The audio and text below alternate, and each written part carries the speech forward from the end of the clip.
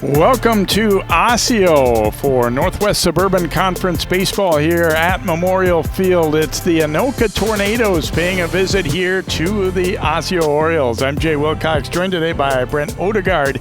And Brent, I think the teams have both had some ups and downs. When talking with the coaches, they feel like, some days we've been pretty good, some days not as good. So they're both kind of looking to build a little momentum now as we get, toward the midpoint of this regular season.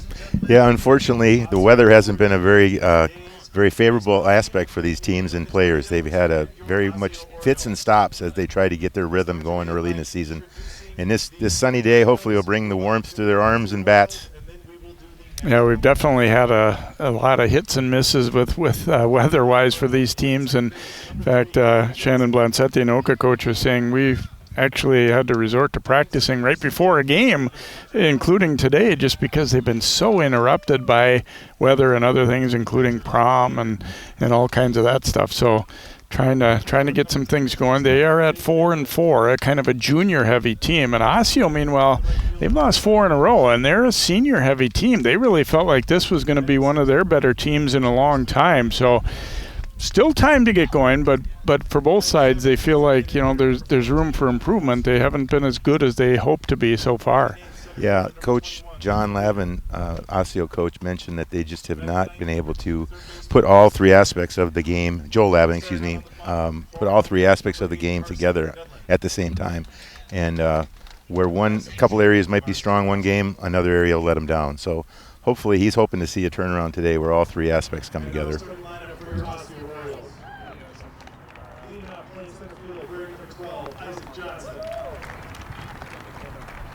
Osseo coming off a pretty good season last year too, and they wound up in they were basically third in Section 5 4A in Anoka. Meanwhile, they didn't have a real good regular season, but they're in Section 7, and they came alive and got all the way to the final round in that section. And both these teams are pretty good competitors in the Legion season as well. They play each other a lot in the North Hennepin League and all that. So we're going to take a quick little break here and come back as we get set for first pitch of today's game, the Tornadoes and the Orioles, and it's on the way next here on CCX Sports.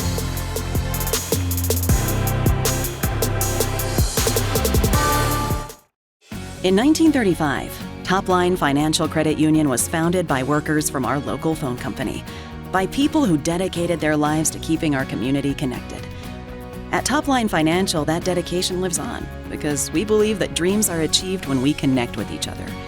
So if you're dreaming of buying a new home or car, or planning for your future, or saving for that next vacation, connect with us. We'll help you get there, because connected, we all do better.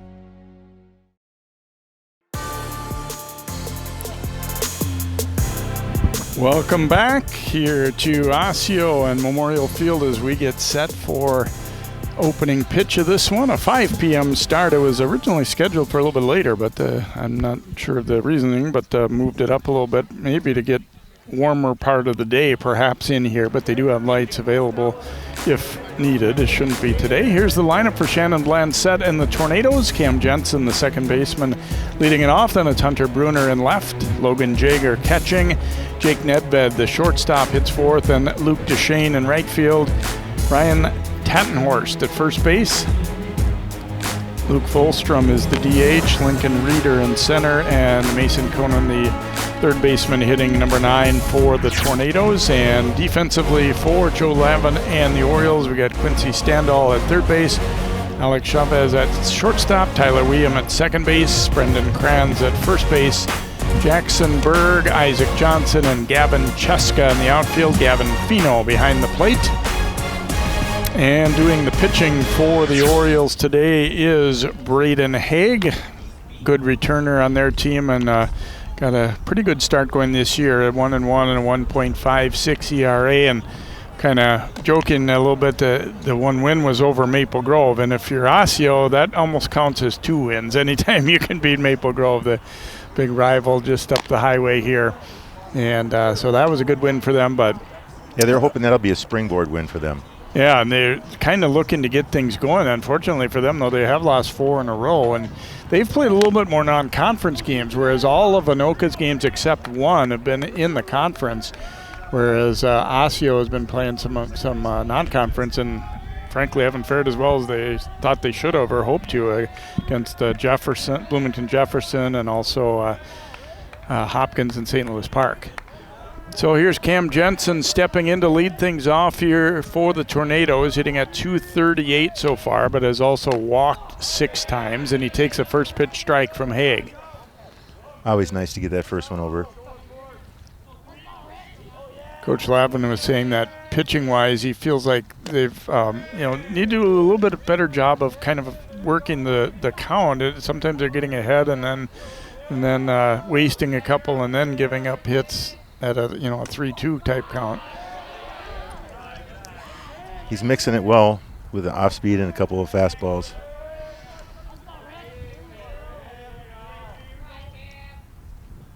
One-two pitch is taken low for a ball by Jensen here, so now 2-2.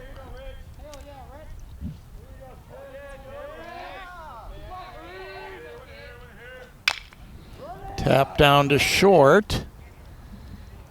Nice throw on the run, and one gone here as Jensen grounding out 6-3 as Chavez handling that one. Good job by the infield backing up their pitcher, making him feel comfortable throwing strikes. Yeah, we're kind of just getting to the point when the grass is starting to grow here too, and I think that'll kind of help things in terms of fielding early in the season. Some of these fields, they're pretty rough. Yeah, exactly. Here's Hunter Bruner going after the first pitch. He will knock that one through the right side for a base hit for the Tornadoes, so they get their first base runner and first base hit. Didn't kill it, but put it hard on the ground. Hit it sharply, for sure. He was ready for that fastball down the middle. Another look at it here, and just too far to go, and no opportunity there for the second baseman, William, to get to it. So now Logan Jager will step in for the Tornadoes, their 3-hitter, hitting .304 this year. Had a couple of runs batted in.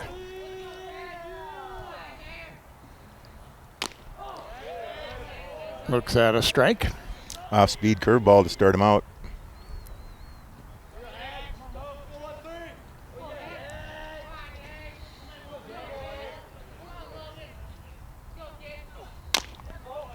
Fastball is in there, 1-1.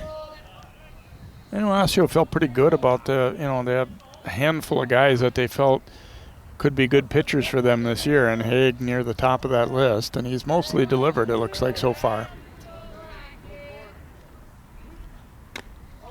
Inside there, it gets away, and that's going to be far enough for Bruner to advance. Aggressive base running. Ball wasn't very far from the catcher, but he jumped at it. Be a pass ball there on Fino as that one popped out of his mitt. Yeah, you could see he was ready right from the start. So now runner into scoring position with one out for Anoka. Lifted out to left field. Fairly well hit, but playable. And Bruner will have to retreat here to second. So 2 gone now as Jager flies out to left, and Jake Nedved will be the hitter. Just a little bit under that one. A little bit of a wind blowing in here as well. Not that one was affected all that much by it, but something to keep an eye on. Mm-hmm.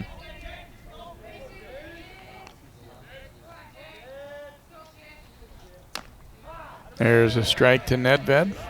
Well, he's gotten ahead of every hitter, so he's trying to get that pitch count favoring him. Yeah, it looks like by and large he's been able to put the ball where he wants to so far, which is obviously a good sign. Seen a few games this year at the high school level where you'll see a couple nice pitches in a row and then one that's 4 feet outside. You lose your release point a little bit.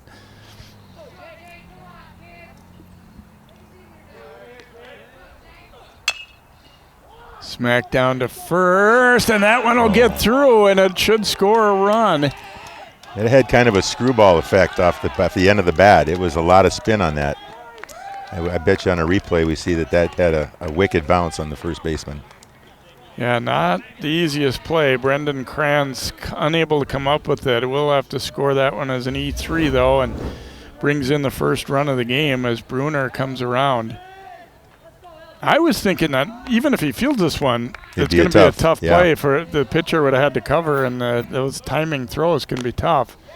But unable to come up with that. I suspect, and given Brendan the benefit of the doubt, he might have been kind of thinking the same thing, like looking to see is the pitcher getting over there.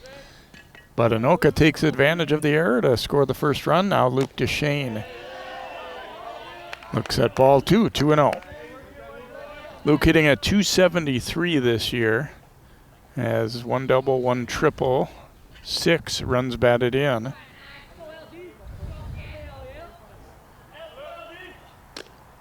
That one over. A good fastball. Yep, got it right at the knees for 2-1 count now.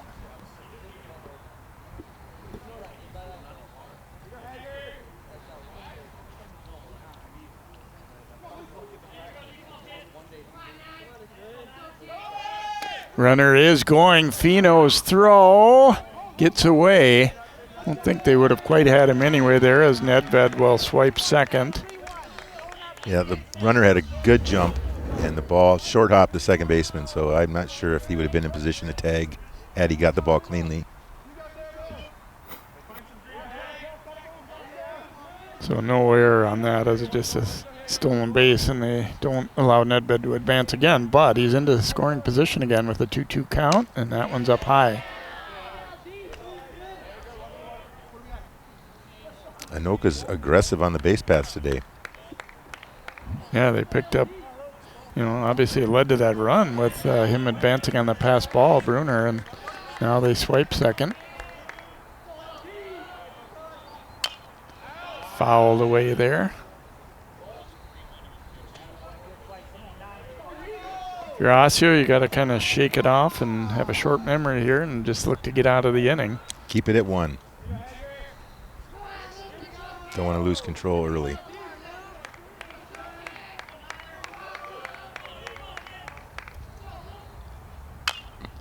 Pops it up.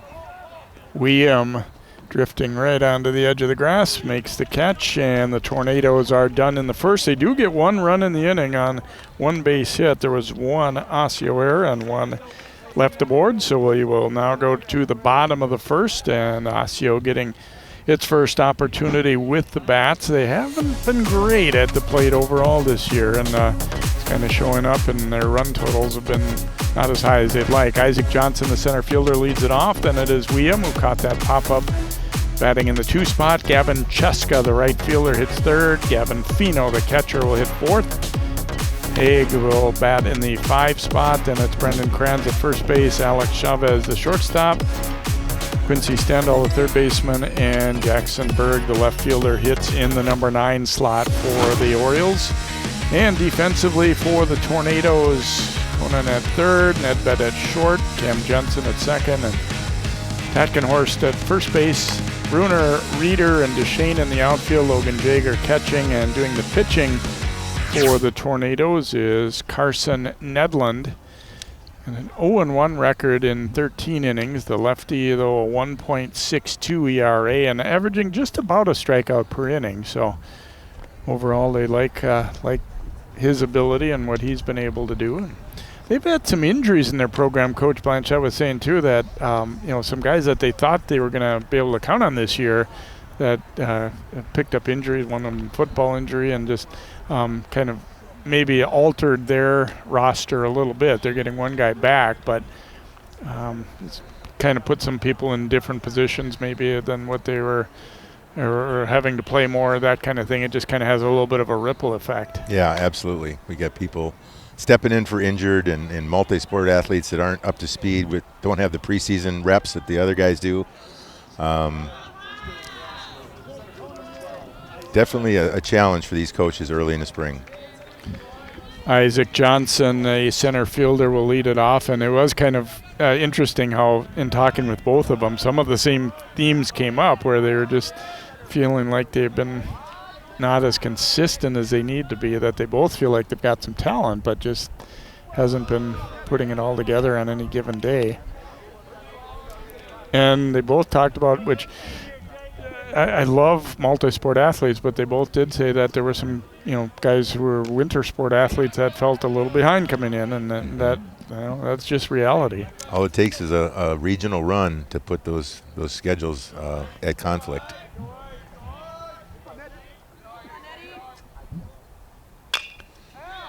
Johnson knocking one to short, and that's going to be a tough play, and a play not made as it gets through Nedved there. And that'll be an error defensively on the Tornadoes as Johnson gets aboard to start the first. Again, it wasn't going to be a real easy play, but I think being varsity level, you do have to say it's deep in the hole. I think he'd even had a tough time had he fielded it cleanly. He might have felt a little pressure to get it up and out. Yeah, he was still moving, so he wasn't all the way down there on that one. So Tyler Weeum, the hitter.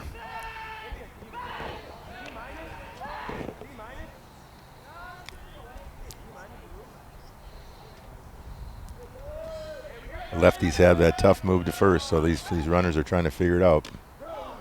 Yeah, just the fact that he can see the runner, it makes it so much harder to run on a lefty, it feels like. But we'll see how aggressive Osseo may or may not be here. He's reading it well. He seems to have that pitcher's move down. He was back easily.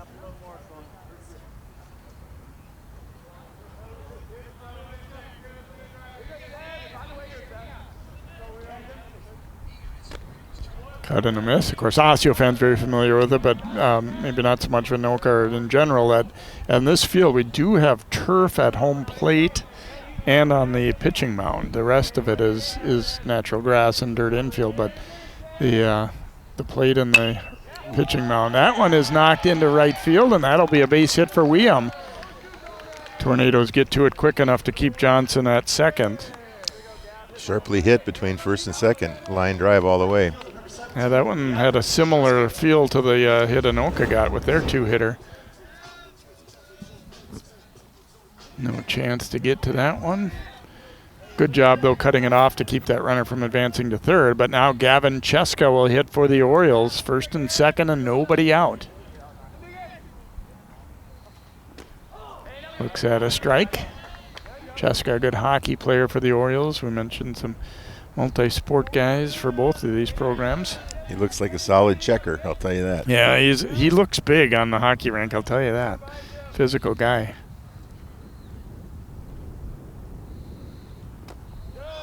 That one is low.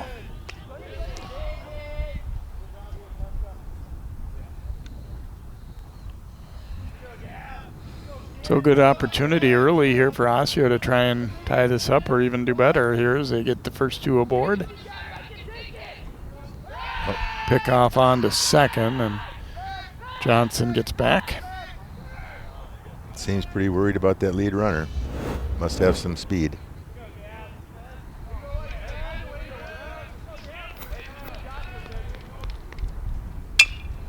And Tapper wide of first base, foul ball. I don't know if it's me or if the batters are swinging late on purpose, but a lot of the balls are going to the opposite field.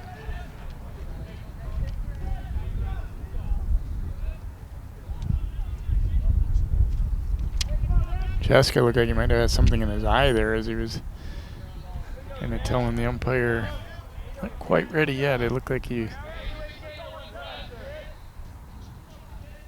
So 1-2 coming. That one just missing, 2-2. Could see Jager really trying to frame that one up, kind of move the glove a little bit.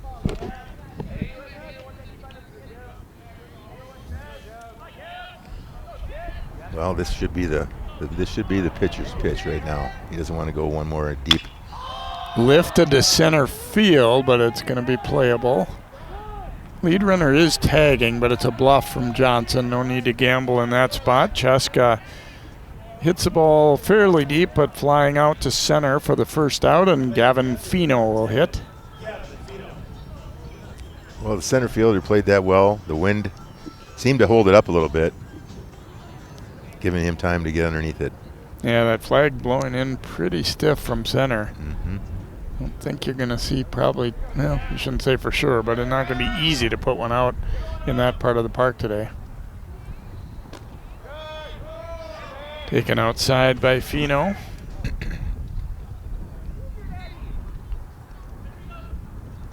There's a look at the flag there beyond that batter's eye.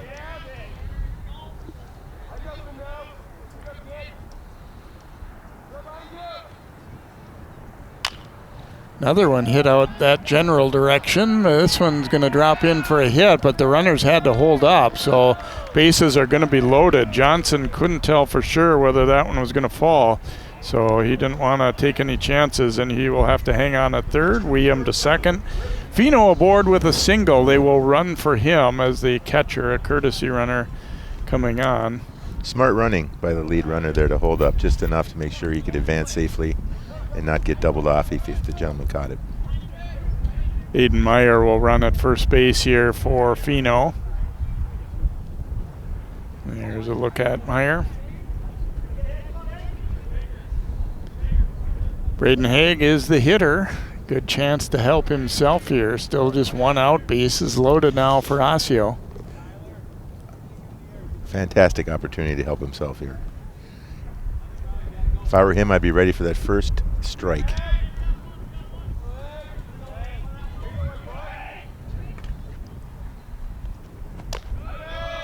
Nedlin missing high and away, 1-0.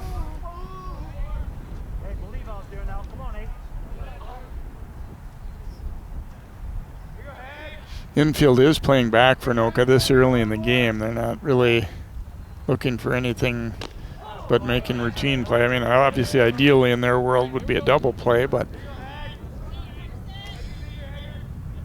he's going to try to find a hole out there and advance those runners and maybe even a sac fly to get a run in.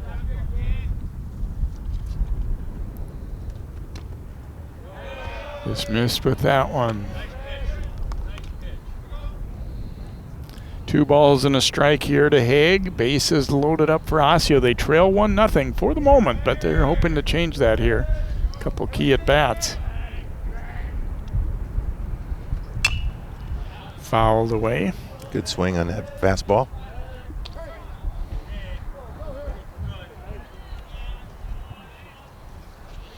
Big hitter here for Nedlin. I mean, obviously you can relax a little bit more if you get this out and then leave yourself with just one more to get.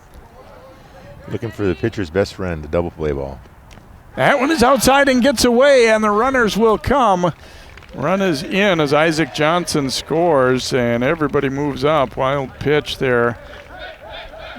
Not a lot of chance, really, for Jaeger to get to that one, and it'll become 3-2 now. Well, the pitcher's got to get his focus back on the catcher and forget about that pitch.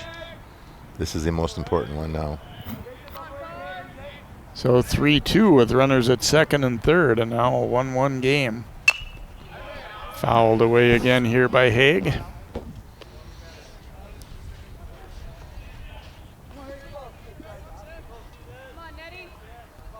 Well, besides the fact that that scored that run, it obviously takes away the force play too on the bases. So. Yep. Again, fights it off. He takes a healthy cut. He's not holding back. And because of the change in situation, Anoka does now have the infield in. Try and cut off potential go-ahead run here, even though we are just in the first inning. And obviously, like we said, that changes without a double play being a possibility. Even if they keep the ball in front of them. They're 3-2, and again fights it off, going right side. Seems to be working an off-speed pitch on the outside corner. See if he changes it up a little bit here on the payoff.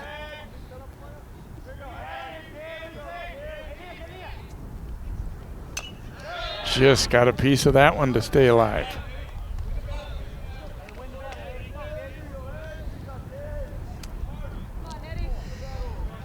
He seems to be on it, just a little bit under. See who ends up winning this battle here. And there's a called third strike at the knees as Haig caught looking. Nice pitch from Nedlund. Boy, he didn't give in despite all those pitches being fouled away. Yeah, he stuck with his strength, his fastball.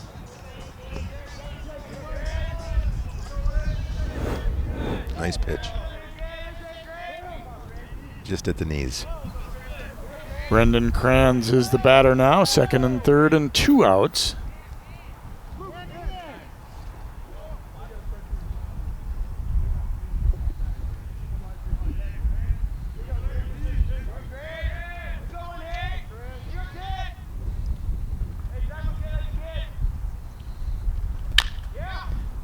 Tapper to short and throw to first, so they get the recovery after making an early error as well. 1 run, 2 hits, 1 error, and 2 left aboard for Osseo. We've completed an inning here. It's Anoka 1 and Osseo 1 on CCX Sports. In 1935, Topline Financial Credit Union was founded by workers from our local phone company, by people who dedicated their lives to keeping our community connected. At Topline Financial, that dedication lives on because we believe that dreams are achieved when we connect with each other. So if you're dreaming of buying a new home or car, or planning for your future, or saving for that next vacation, connect with us.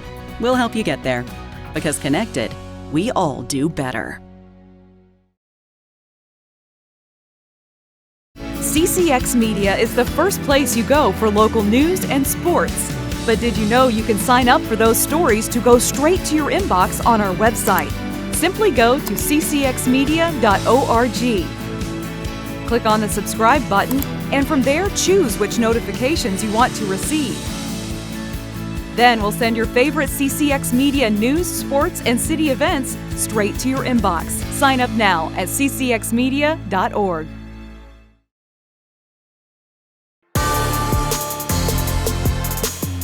Welcome back as we go to inning number 2 here, Northwest Suburban Baseball at Osseo. Anoka 1, Osseo 1, and Brent, in a lot of ways, the first innings were similar. You had an error that kind of contributed. You had some good, pitcher-batter battles there, and each team ends up squeezing out 1 run, but then the other team is able to come back and get out of it.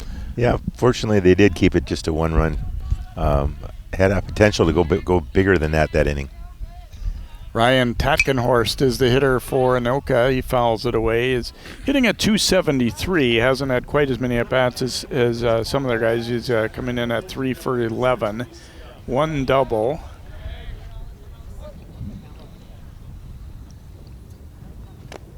Out in front of that one as Haig took something off. A lot of times that pitcher gets that first inning behind him and he settles down into a nice rhythm.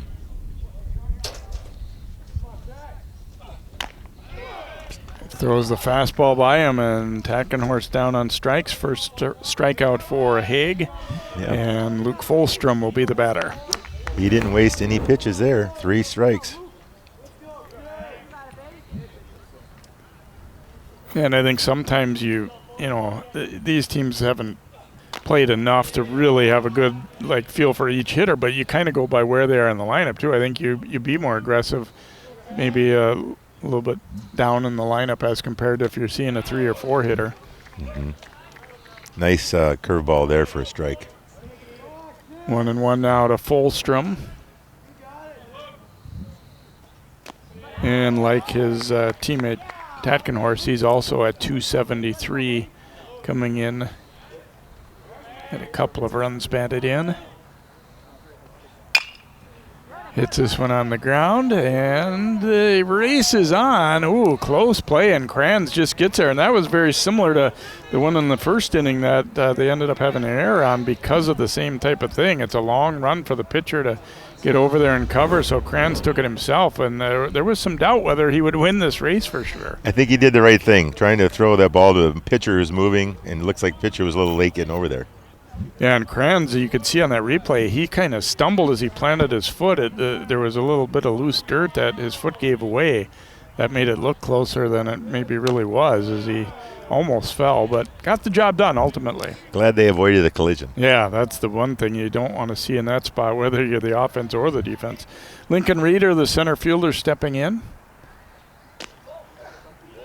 Just missed with that one, 1-1.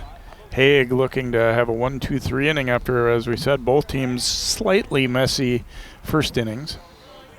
Yeah, there's a lot more tempo to his pitching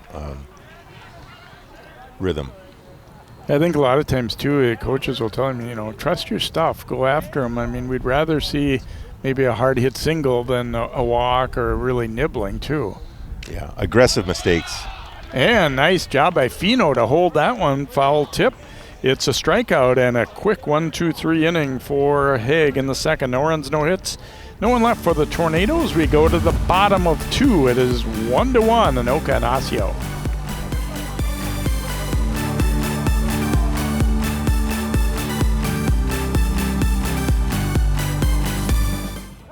In 1935, Topline Financial Credit Union was founded by workers from our local phone company, by people who dedicated their lives to keeping our community connected. At Topline Financial, that dedication lives on because we believe that dreams are achieved when we connect with each other. So if you're dreaming of buying a new home or car, or planning for your future, or saving for that next vacation, connect with us. We'll help you get there, because connected, we all do better. CCX Media is the first place you go for local news and sports. But did you know you can sign up for those stories to go straight to your inbox on our website? Simply go to ccxmedia.org. Click on the subscribe button, and from there choose which notifications you want to receive. Then we'll send your favorite CCX Media news, sports, and city events straight to your inbox. Sign up now at ccxmedia.org.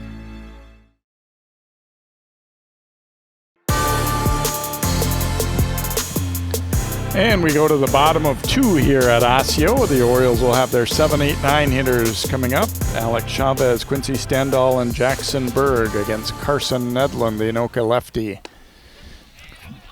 Taken for a strike there. Chavez hitting .375 for the Orioles this year.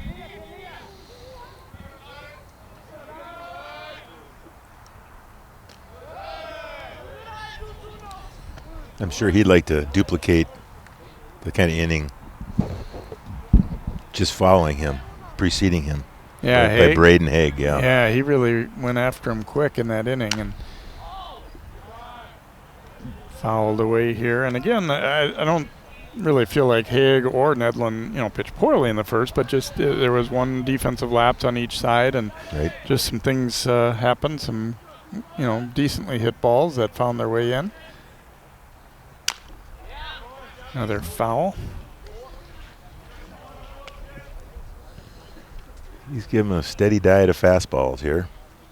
Might be time to mix one up.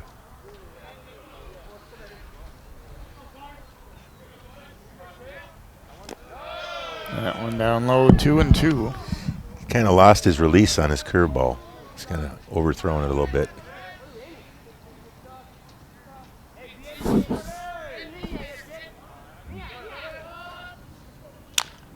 Little tapper gets by the mound. Going to be a tough chance, and in safely is Chavez. Yeah, too bad he didn't grab that with his glove when he had a chance, because second baseman was kind of caught in between the bases, out of position a little bit. What do you think? Base hit there? I think he would have had a hard time had he fielded cleanly. Yeah, it looks like they put an E up on the scoreboard, though. I agree. This one was going to be tough, but they'll call it an E, so I'll stick with that. And Quincy Standall's the batter. Runner is going, and be an opportunity for the out here, but they do get runner Chavez up as Standall is out. Nice play. Nice play to get that ball cleanly and tag the base with little suspense. So Jackson Berg will be the hitter. Kind of interesting. I guess it was more of a hit and run than a straight steal. If Chavez had been able to steal that base and then you hit that ball, then you get him to third. But obviously that's a lot of ifs.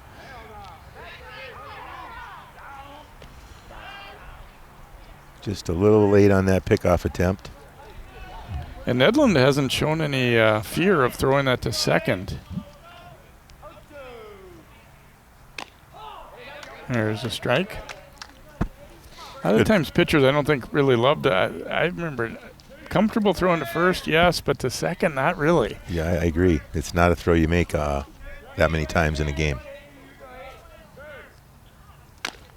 Rip and a miss here by Berg. Nice fastball on the outside corner. He's working faster this inning too, it seems like.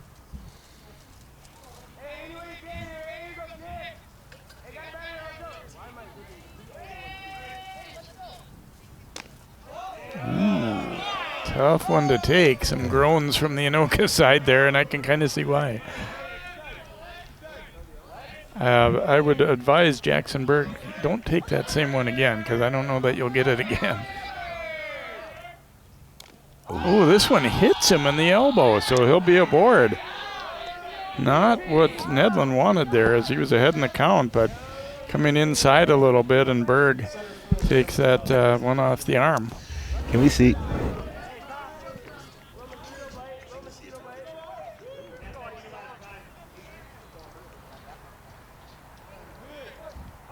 Yeah, that breaking ball got away from him a little bit there. So Johnson will be the hitter. Runners at first and second and one out. Ooh. That one's low, and the lead runner anyway, will move up. Chavez got a good jump, and Anoka's deciding not to try and make a play on him there. Jager just went and retrieved it. Some self-inflicted wounds here. Hopefully he can get the ship righted.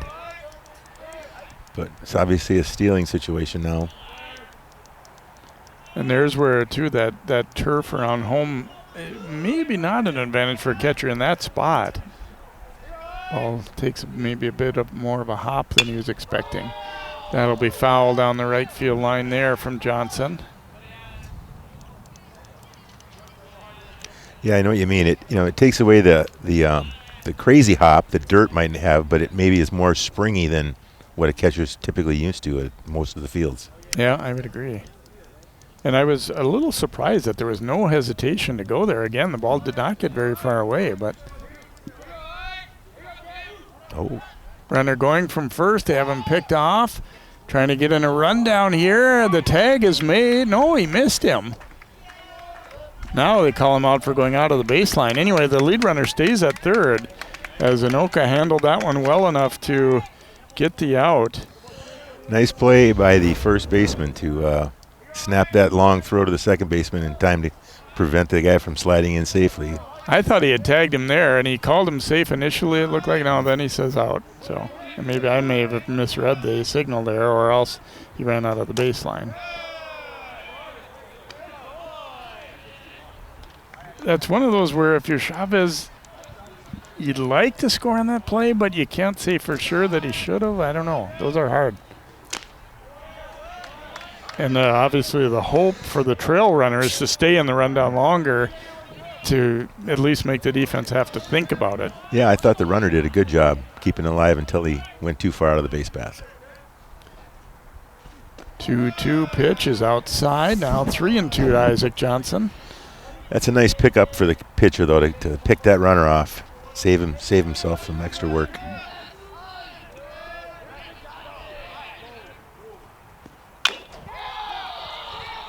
Tagged out to left and hit well. That one will be down, and extra bases as a run scores. Johnson in with a double. Well hit ball, just short of the warning track, I believe, but definitely over the left fielder's head. Well hit in this wind. Probably, all things considered, the best hit ball of the day so far. Mm-hmm. Drifting back, and about all you can do is hold him to 2 there at that point. So William will be the hitter. 2-1 lead now for Osseo.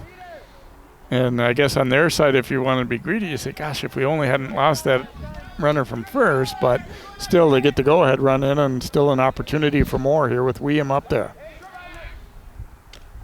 And this one will get through, and Johnson to third on a pass ball. Almost looked like he was crossed up in terms of what pitch that was. Yeah, like he was looking for a fastball and got a curve. Well, that's too bad. Hopefully he can find that strike zone again. They seem to be moving pretty freely on the bases.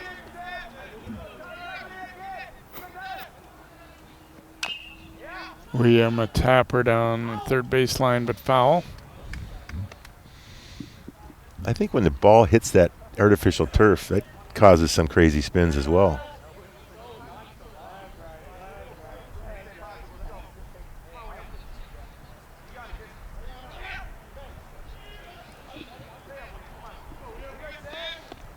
I like the throwback socks Williams got. Old baseball. Yeah, it's funny how things like that kind of come back sometimes, where for a while you wouldn't, nobody would have worn it like that, and then now you see it. Fouls that one away.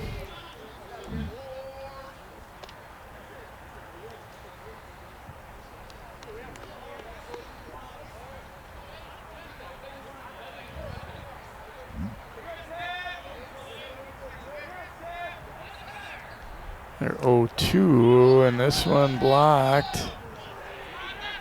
Didn't get too far away as Jaeger able to find it fairly quickly. Jaeger's getting a workout. Might have some bruises tomorrow. Yeah, he's had an adventurous time back there a little bit.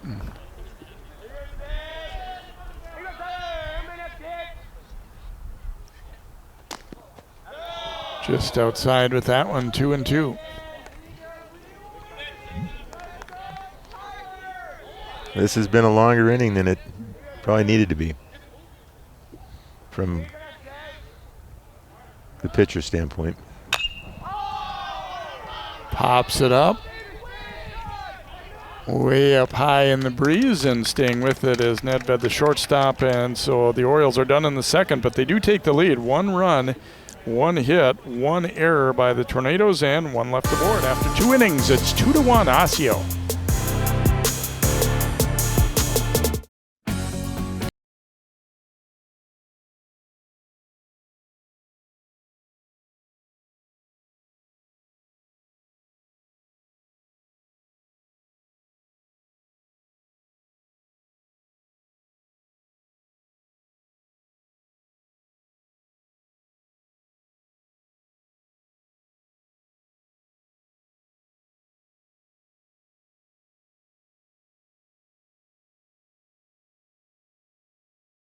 CCX Media is the first place you go for local news and sports. But did you know you can sign up for those stories to go straight to your inbox on our website? Simply go to ccxmedia.org. Click on the subscribe button, and from there choose which notifications you want to receive. Then we'll send your favorite CCX Media news, sports, and city events straight to your inbox. Sign up now at ccxmedia.org.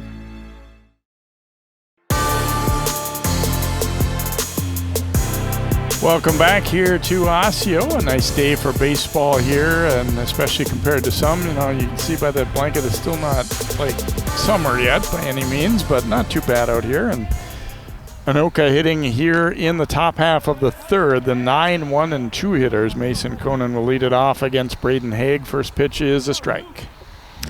See if he can keep that momentum going from last inning. Yeah, you feel like Haig felt a lot better about the second than the first. He got 3 quick outs, 2 of them strikeouts. He was not wasting any pitches. Up high with that one. Coonan hitting .222, 4 hits in 18 at bats so far. 2 of those 4 hits have been doubles. He's also walked 3 times. Just missed a curveball outside.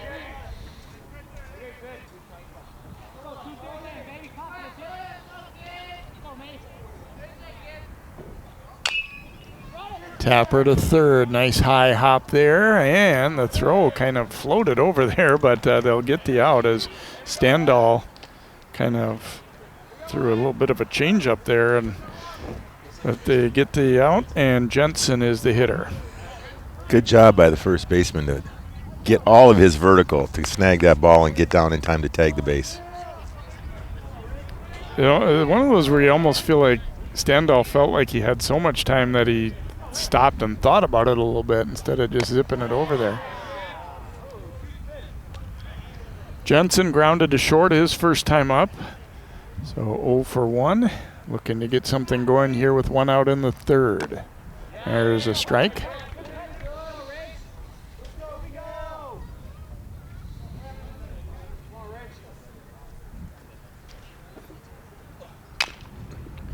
Tapper fouled on the first base side.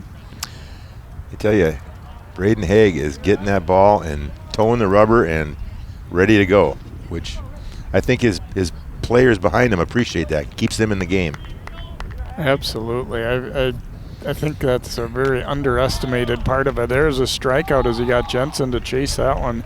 Your fielders are much more alert if you're working quick. So Hunter Bruner will be the batter here for the Tornadoes. Boy, that one had a lot of tail on it. Yeah, he is feeling loose and relaxed out there on the hill. That one is over for a strike. Bruner has Anoka's lone base hit so far as he singled to right.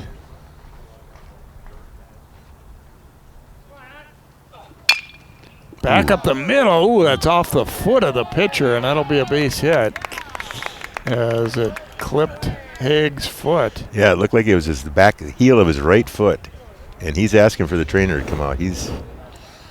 If that hits just in the right spot, boy, it could really cause problems. That's his push off foot. He needs a lot of strength in that. Oh, maybe he waved off. He waved off the trainer. My bad. Base umpire asking him, make sure he's okay there. It's a well hit ball right up the middle. That's got to be a hit, right? Yeah. Jaeger will be the batter. Takes a strike.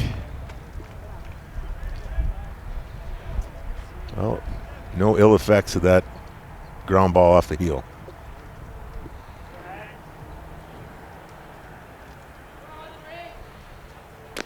And sometimes you'll see a pitcher kind of instinctively try to stop it with his foot. I don't think that was really the case there. It just happened to hit him. Yeah. Everyone wants to be a goalie. Yeah. But you're right, that was inadvertent.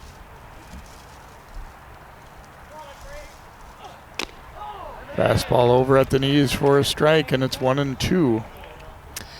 He is putting everything into those fastballs. He's giving a little grunt.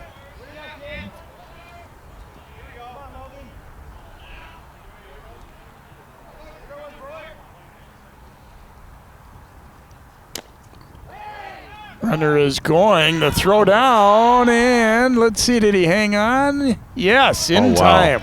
Nice throw. One motion, he caught and threw in one motion, and it was a strike, and the second baseman applied the tag. Yeah, the only question was whether he would hold on through that mini collision, because the ball certainly beat him there. So the Tornadoes done in the third, no runs, one hit, and courtesy of this throwout, no one left on base. We go to the bottom half of the third. Osseo leading Anoka 2-1 on CCX.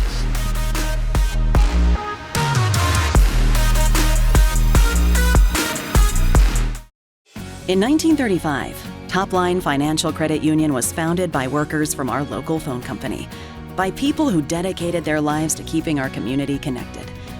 At Topline Financial, that dedication lives on because we believe that dreams are achieved when we connect with each other. So if you're dreaming of buying a new home or car, or planning for your future, or saving for that next vacation, connect with us. We'll help you get there, because connected, we all do better. CCX Media is the first place you go for local news and sports. But did you know you can sign up for those stories to go straight to your inbox on our website? Simply go to ccxmedia.org. Click on the subscribe button, and from there choose which notifications you want to receive. Then we'll send your favorite CCX Media news, sports, and city events straight to your inbox. Sign up now at ccxmedia.org.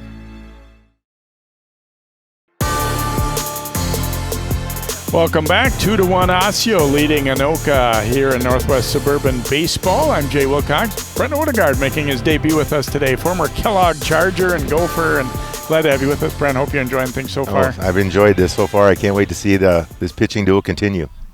So we go here to the bottom of three. The 3-4-5 hitters for Osseo. Gavin Cheska leading it off against Anoka lefty Carson Nedlund.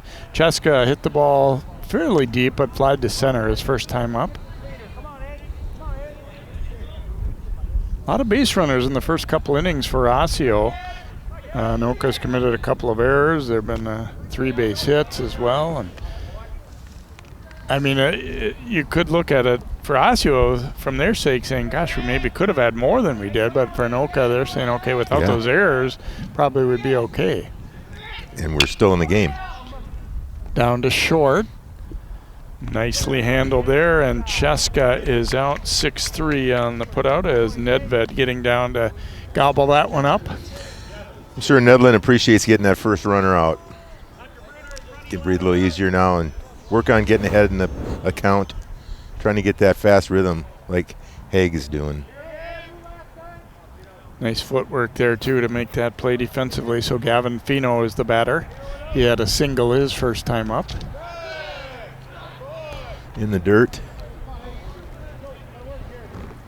Good job by Jager.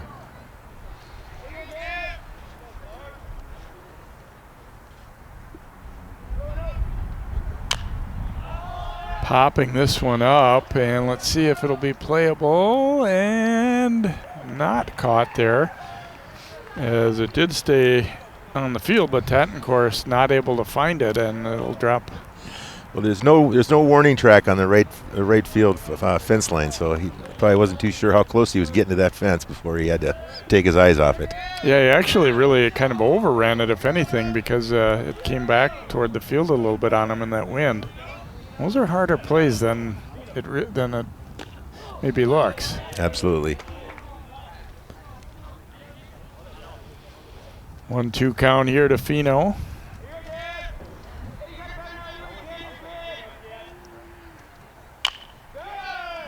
Tapper down to third. Long throw across and a strong throw, and there are 2 outs here for Osseo in the third. A couple of infield outs, and Braden Haig will be the batter. Good support from his infield.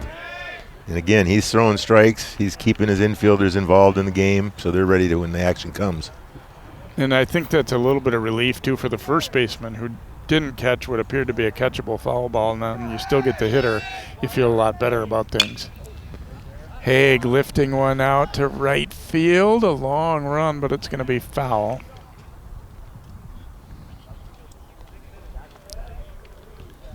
Those are the kind when you're Duchesne out there and right, he saw the ball well the whole way, but it's just too far to go. And the wind is just tailing it, and there's some spin on that ball tailing it as well. Haig took a called third strike his first time up. Trying to change that around this time. Fouls it away. Nedland is throwing strikes. He seems to have his control. Maybe look for an off speed here. Oh. And instead it is lined out to right field. A diving try and a great catch is made there. Fantastic wow, play. Duchesne, I didn't really think he had that much of a chance for that one, but he's able to get it. And so a good defensive inning for the Tornadoes. No runs, no hits, and no one left for Osseo. After 3, it is 2-1 Orioles.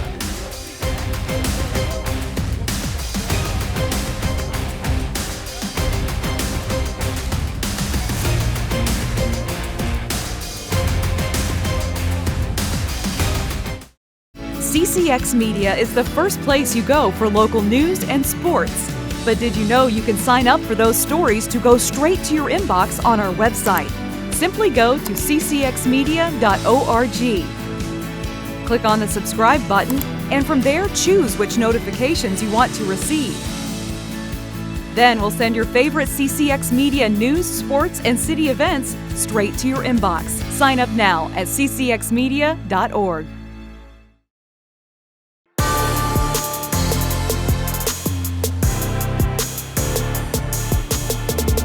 2-1 Osseo as we go to the top of the 4th. Shannon Lancette and the Tornadoes looking to come back in this one, trailing at 2-1. I was talking with Shannon before the game a little bit. He actually coached in District 279 for a little bit. He was Park Center's head coach before going to the Tornadoes. He lives more up that way, and he said it's been a good fit. Already 12 years there in Anoka program. I love the commitment to the players and the sport of baseball. They do this on top of their regular job as a teacher. It's a wonderful commitment. Joe Lavin there in the orange there. He tried to hide from us there when we were naming him. So Joe Lavin, nice job in the Osseo program. And he said, we feel like we could have played better, but nobody's panicking. The coaches aren't worried, and said the players are mostly staying pretty positive. So here's Logan Jager, the hitter now, and he flied to left field his first time up.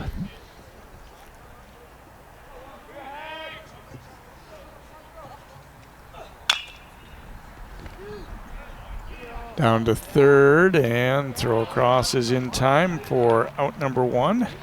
Well, they're a senior-heavy team, as you mentioned. So, that senior leadership is very important to keeping the head straight and the eye on the end of the season, not maybe the beginning of the season.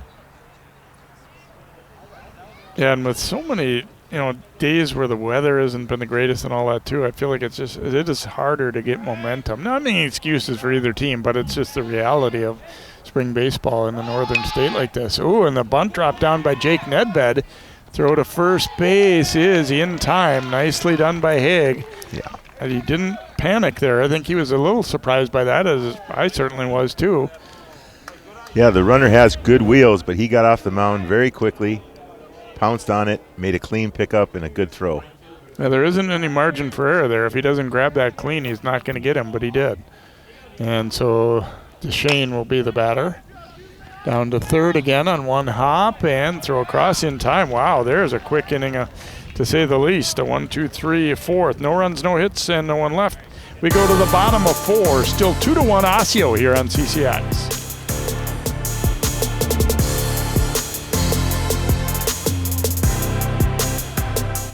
CCX Media, your source for great local programming, is available on Amazon Fire TV, Apple TV, and Roku. Our free app allows you to stream all 3 of our channels live. You also have access to a large on-demand library, including full sporting events and daily newscasts. To find us, go to the store, search CCX, and download our free app. Then sit back and enjoy all of your favorite local content. The CCX Media app, available on Amazon Fire TV, Apple TV, and Roku.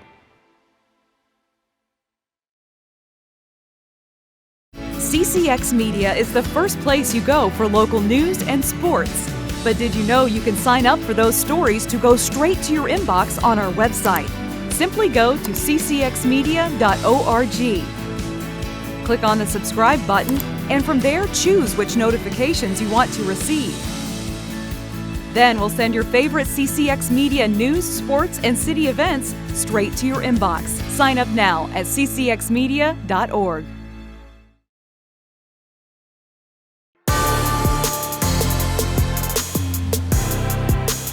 Nice day for baseball here at Osseo as we go to the bottom half of inning number 4. The historic water tower downtown Osseo here. And both of these towns, I know I've talked about this in a previous sporting event, both of these towns have really long histories, maybe more so than a lot of the suburbs around here. I mean, there were no such thing as suburbs when Osseo and Anoka were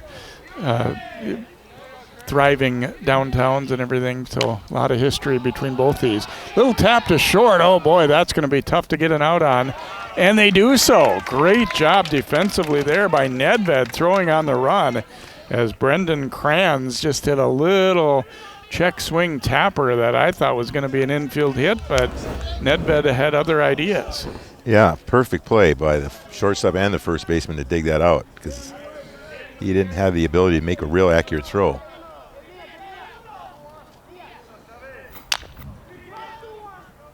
Chavez knocking it down to second base, and there's 2 quick outs. The top half of this inning was real quick, and at least so far the bottom looking the same, as Nedlund getting 2 outs immediately on the grounder to short and then to second, and Quincy Standall will be the batter.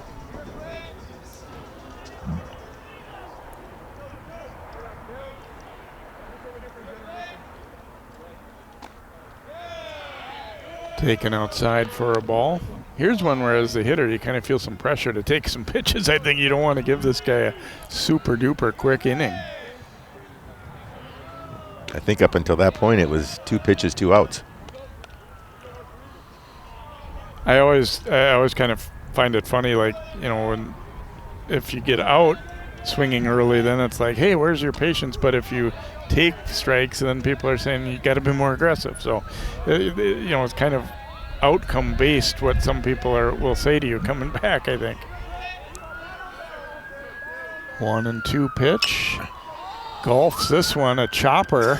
Pitcher having to cover, and they will not get the out there. Deflecting away from the first baseman, and Standall will be aboard. Jay, as you were saying about that aggressive or non-aggressive approach, I just, as a player, I think as a hitter, you want to take the aggressive approach, which prevents the pitcher from getting ahead of you. Be ready to hit that first strike so you can't let him get ahead of you. Standall reaching on the error by the first baseman there, so Jackson Berg will be the batter, and that one blocked. Jaeger stays with it. No advancement there from Standall. So it hasn't been the sharpest game defensively, particularly for Anoka now. Third error that they have committed. Although I would say probably a couple of those were tough plays. Runner is going, throw down. Off the shortstop's glove. I think he was going to be safe anyway there, as Standall will swipe second. Got a very good jump on the pitcher's left-handed move. Actually, the throw was pretty decent, but trying to hurry his tag was Nedved and didn't catch it. In my view, it looked like he was going to be safe anyway, though. I agree. Check swing here. Let's see, did he go around? Yes, he did. Here's a look at this throw down to second, and yeah, it looked like he was going to be in anyway. So that was a swinging strike there on Berg, and I would agree with it. I felt like it was a swing. That one high and away. So 3-1 now. The coaches are watching the pitch count of these pitchers as it's still fairly early.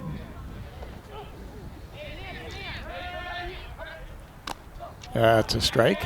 Number 9 hitter in the order here too, and the way the inning started for Nedlund, I'm sure he does not want to put him on and get the top of the order in this inning. 3-2 offering, swing and a miss, and out on strike. So Osseo gets one runner via the error. No runs, no hits, one error, and one left aboard. We've completed 4 full here at Memorial Field. 2-1 Osseo is our score.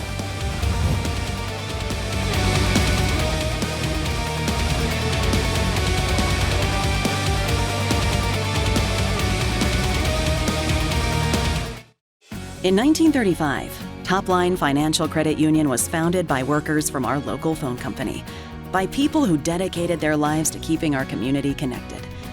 At Topline Financial, that dedication lives on because we believe that dreams are achieved when we connect with each other. So if you're dreaming of buying a new home or car, or planning for your future, or saving for that next vacation, connect with us. We'll help you get there, because connected, we all do better.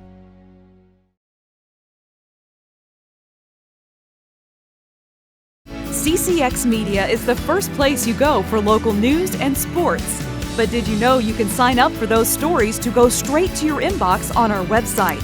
Simply go to ccxmedia.org. Click on the subscribe button, and from there choose which notifications you want to receive.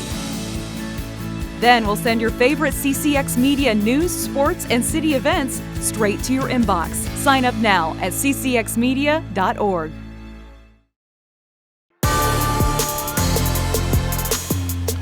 One of the many reasons I love doing baseball at Osseo, they have a concession stand. Virtually no high school fields do, and it's obviously the nice thing. I mean, a little way to make some money for them too, but really a nice place to watch a ball game here. And this one hit well by Tottencourse, and this one is deep out to left center, and it'll be to the fence as he jumps on the first pitch of the inning and drives it for a double. Third hit of the game for the Tornadoes, and definitely their best hit ball. Well, there's that aggressive approach. That really paid off there. He was ready for that first strike zone pitch and did some damage with it. And back to the snack bar, I'm getting some wonderful smells. They're not just selling popcorn. They're selling hamburgers and hot dogs. Boy, this one driven a long way out there, the opposite field. And so into scoring position with nobody out. Luke Folstrom will be the batter for the Tornadoes.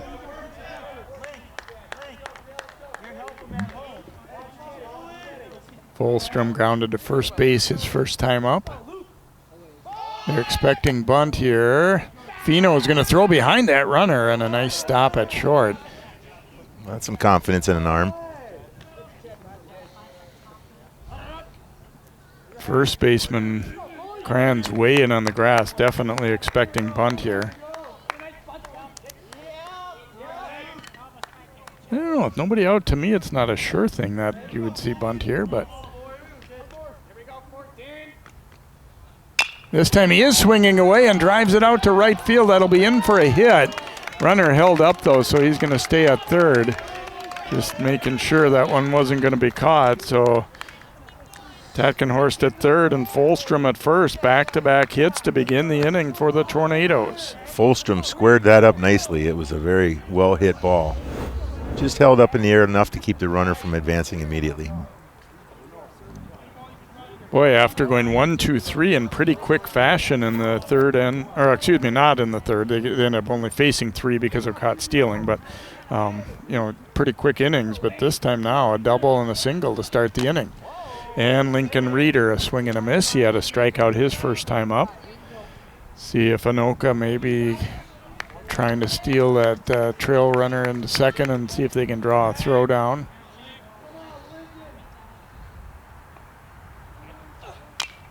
Fouls this one away.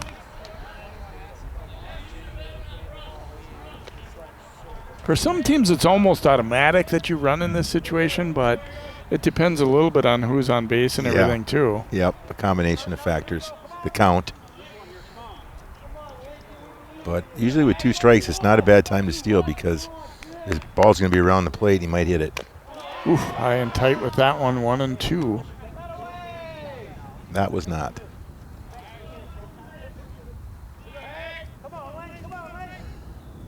I don't see enough hit and runs these days. I love seeing that much motion.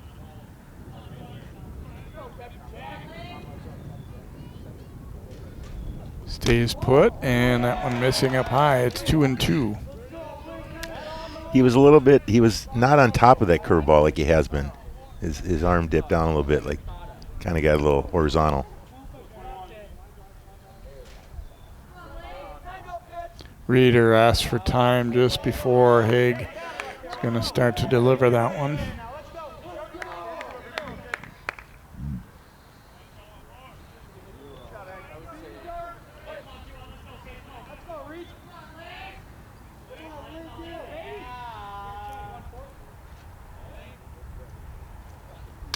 Cut and a miss, and down on strikes for the second time is Reeder as Haig gets the first out of the inning, and Mason Conan, the third baseman, will bat now for Anoka. Still first and third with one out. He got back on top of that breaking ball on that pitch, and it had a nice slow break across the plate. Totally fooled the batter. Conan bounced to third his first time up. Ooh, he tried to bunt it as the runner was coming from third, and now they've got him in a rundown. Ooh, could this be interference? Yes, I believe they're calling interference, and the run will score to tie it up.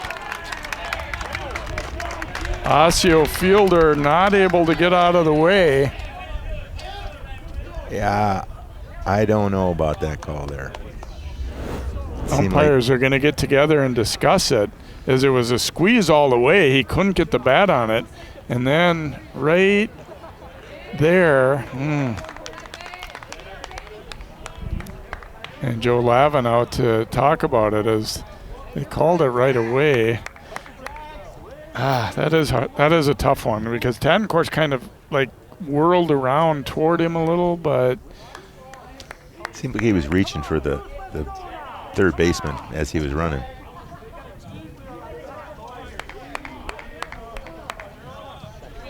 At this point, though, I can't imagine overturning it because the umpires did discuss it amongst themselves beforehand. So Joe is...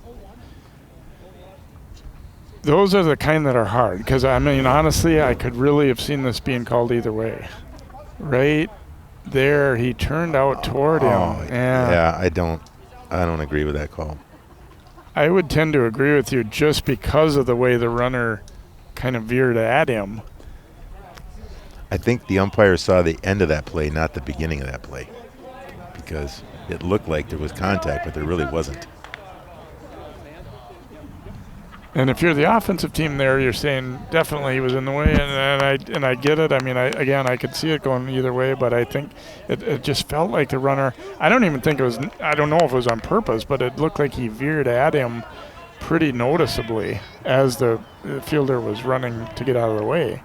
But at the same time, and then Haig throws a high, tight fastball and advance the runner to third. As maybe some frustration there. I think so. I agree. I've been in that position, and when things seem to be going not your way, you can kind of get a little frustrated. But he's got to get his focus back. Infield in now, 1-1, and they look for the squeeze, and Cronin bunts it foul. So they went back to the bunt. The first time around, it didn't exactly work directly, although it ended up getting a run in with the interference. But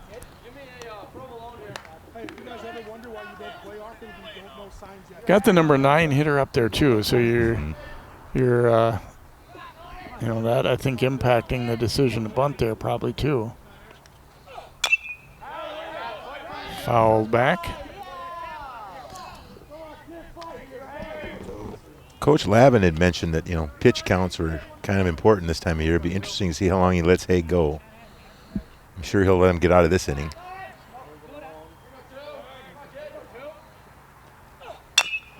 Tapper up the middle, coming home with it. The throw is in time. Wow, well done defensively there as they'll get the out at the plate. And Coonan will reach on the fielder's choice. Once that one got over the mound, I'm thinking, boy, are they going to have a play here? But they did. Well thrown ball. And Cam Jensen will be the hitter. Nice short hop pickup throw and close at home. Honestly, I'm thinking maybe I think the arm got in. Yeah, maybe it was feeling like he wasn't as sure about that interference call, so Right, he's going to give this one for Osseo because I thought he might have been safe. Yeah, yep. Jensen knocking it to short, and this one will get through. So a much tougher play a moment ago, but this time it's booted by Chavez, so E6 will keep the inning alive. I think he just picked his eyes up a little too soon to make that toss to the second baseman covering, and that little slip up of the eyes let the ball go under his glove. Yeah, it appeared to be a pretty routine ball, certainly much easier than the one that he just made. Let's see if Haig can regroup, get that final out. Bruner, a roller. This will be tough, and it gets through for a hit. Anoka is going to take the lead. The throw will come to third. And in safely there, so the Tornadoes go in front as Coonan around to score. On the seeing eye hit there by Bruner, did a nice job putting it on the ground in between. This inning has definitely taken a turn. Not the typical sharpness coming from the mound or the field. So Bruner has his third hit today, 3 for 3. Tornadoes now in front 3-2, and Logan Jager is the batter. Runners at the corners.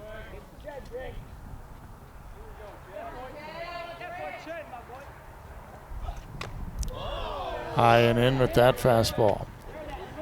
Jager 0 for 2, a fly to left and a ground out. Anoka did not run in this situation earlier, but Bruner kind of looks like he has a little more aggressive lead than maybe a couple of the guys did. But not going, and it's in the dirt for 2-0 now. Well, Jager has some power, so maybe they're going to see if he can't find an alley. Keep this inning alive.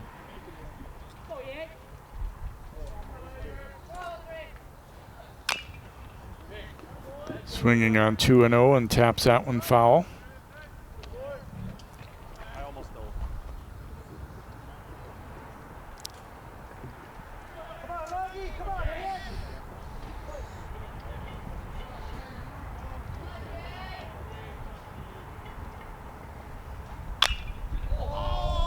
Lofting this one out. Deep to left and drifting back, and the catch made there by Berg. So again, that wind giving him a little trouble. Tornadoes, though, do take the lead. 2 runs in the inning on 3 base hits. There was an error committed by the Orioles and a couple left on. We go to the bottom of the 5th, 3-2 Anoka.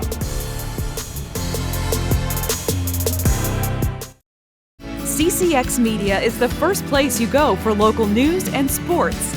But did you know you can sign up for those stories to go straight to your inbox on our website? Simply go to ccxmedia.org. Click on the subscribe button, and from there choose which notifications you want to receive. Then we'll send your favorite CCX Media news, sports, and city events straight to your inbox. Sign up now at ccxmedia.org.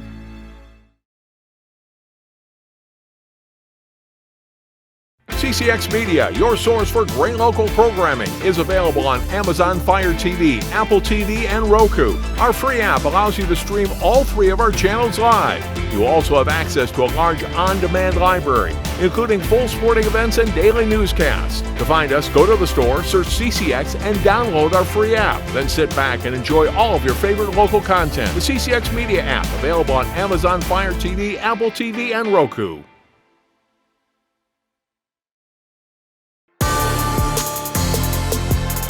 Welcome back here to Osseo's Memorial Field. The visiting Anoka Tornadoes now leading at 3-2 after a pretty eventful top of the 5th inning.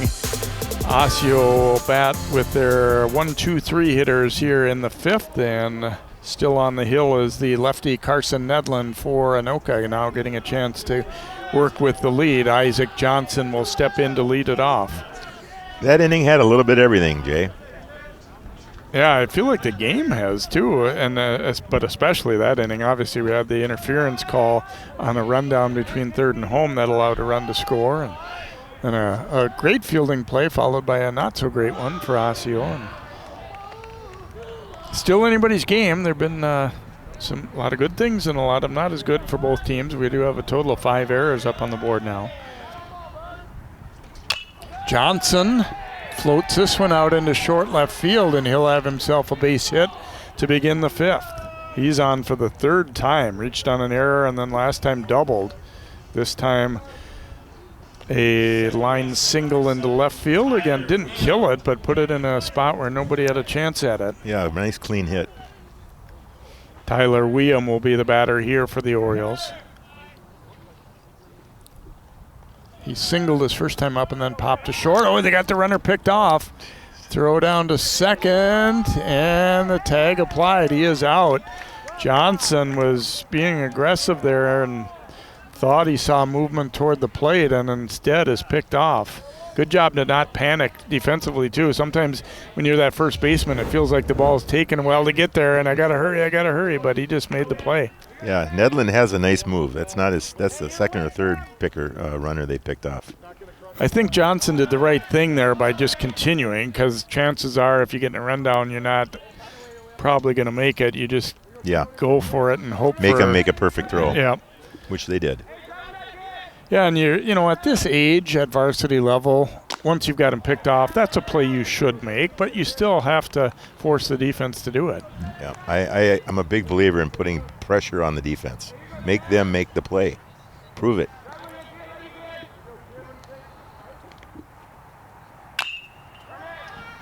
To third, looked like it was juggled briefly, and the throw to first. Did he hold the bag? He did. Ooh, that's a nice pickup, obviously, but also staying on the bag there by Tatkenhorst as they'll get the out. And as much as we've had a few mishaps defensively, we've had some good ones as well. Yeah, several good plays in the field to go with those errors. See, just had a little trouble with it, and then it wasn't a great throw, but he did a good job again scooping and then keeping that foot on the bag. Tattenhorst has that big frame, which helps give a target for those long throws from third and short. Gavin Cheska, the batter, he is 0 for 2, a fly out and a ground out. Smacks it to second. And they'll get the out there. So the minimum batters faced after the pickoff. So Osseo in the 5th, no runs, 1 hit, no errors, and 1 left on. After 5 full, it is Anoka 3 and Osseo 2.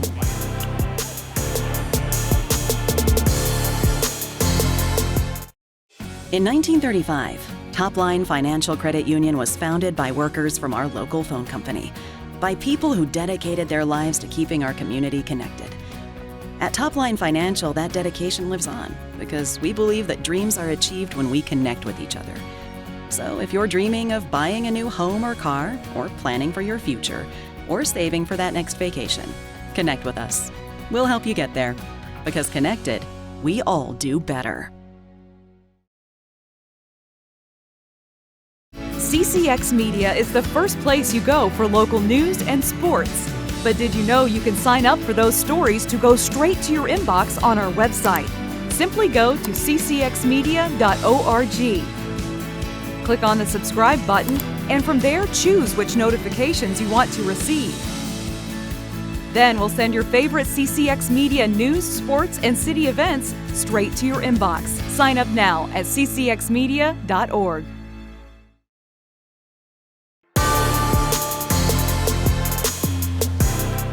Tornado is up by a run here after getting a couple in the 5th. They will hit now in the 6th with the 4, 5, and 6 hitters due here. So Jake Nedved, their shortstop, will lead it off.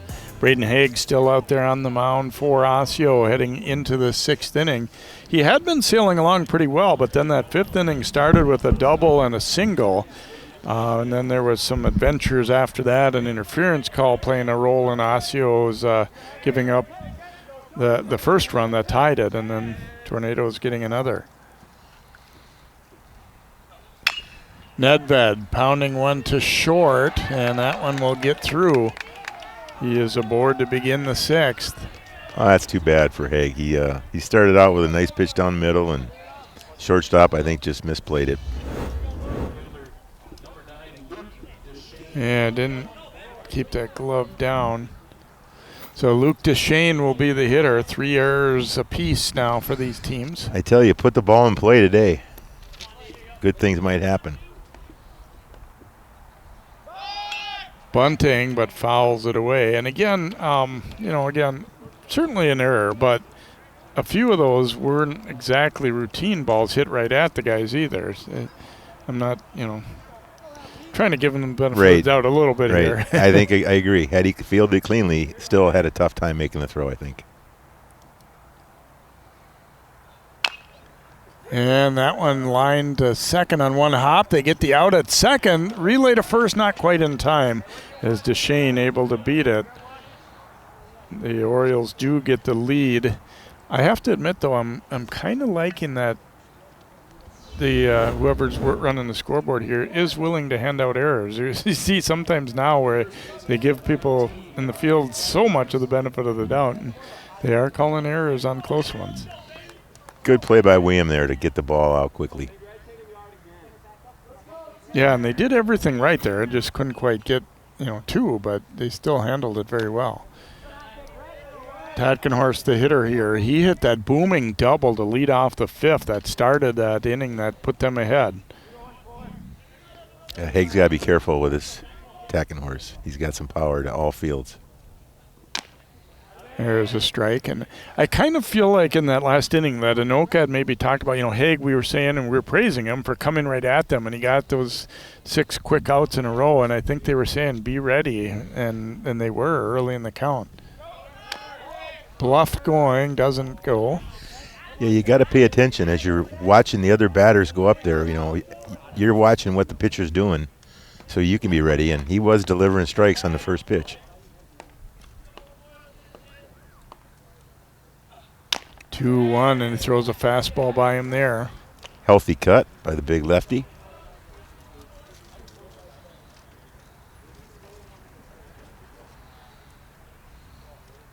See if they have any thought of getting Deshane started here on a 2-2 count, and Haig's thinking the same. Yeah. He'll throw to first.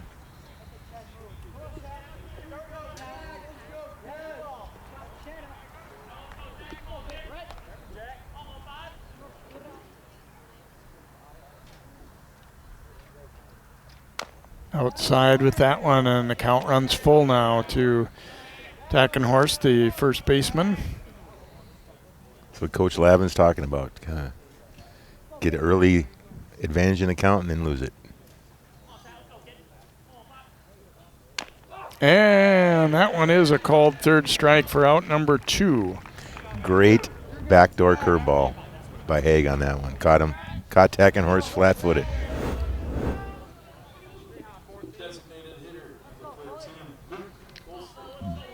So 2 gone, and Folstrom will be the batter now for the Tornadoes. A little outside with that one, ball 1.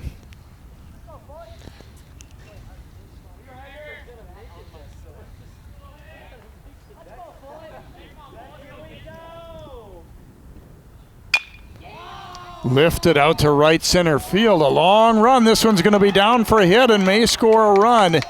Digging into second is Folstrom. And they're going to hold that runner at third. So there'll be second and third now for the Tornadoes. That is the first really hard ball we've seen hit to the gap in right field today. That's kind of where the wind is at. And he fought the wind off for sure. Not sure if... Yeah, Deshane did get a pretty decent jump. I really thought he was going to be able to score on this one, to be honest. But no, then he trips going into third. So any thought of trying to score went away right there, obviously.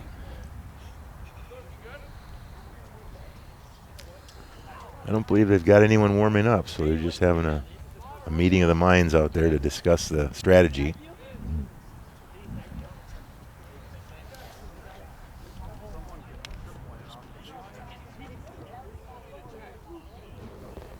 Looks like Mick O'Mara is going to bat here for Reeder.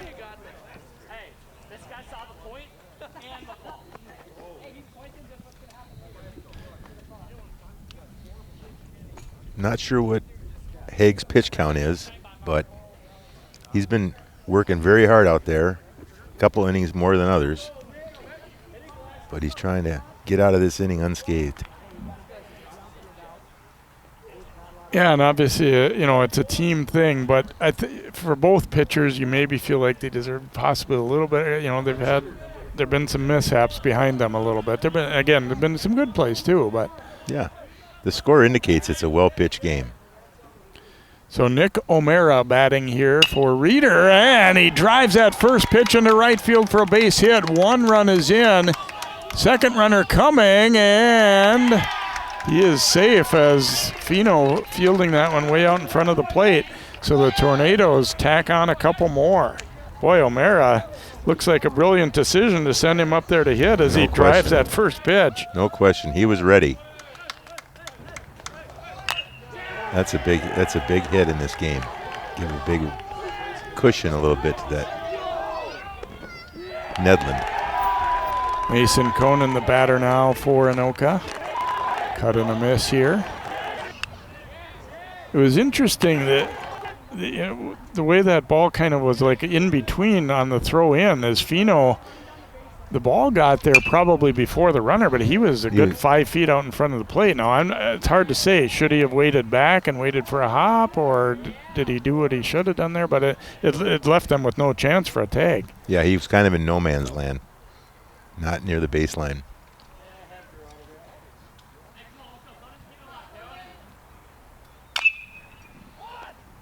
Bounce to third, and the throw across is low but dug out by Kranz, so they'll get the out. But a good inning for Anoka as they come up with 2 runs in the inning on 2 base hits. There was 1 error and 1 left aboard. We go to the bottom of the 6th inning. Anoka now up 5-2. In 1935, Topline Financial Credit Union was founded by workers from our local phone company, by people who dedicated their lives to keeping our community connected. At Topline Financial, that dedication lives on because we believe that dreams are achieved when we connect with each other. So if you're dreaming of buying a new home or car, or planning for your future, or saving for that next vacation, connect with us. We'll help you get there, because connected, we all do better. CCX Media is the first place you go for local news and sports. But did you know you can sign up for those stories to go straight to your inbox on our website? simply go to ccxmedia.org. Click on the subscribe button, and from there, choose which notifications you want to receive. Then we'll send your favorite CCX Media news, sports, and city events straight to your inbox. Sign up now at ccxmedia.org.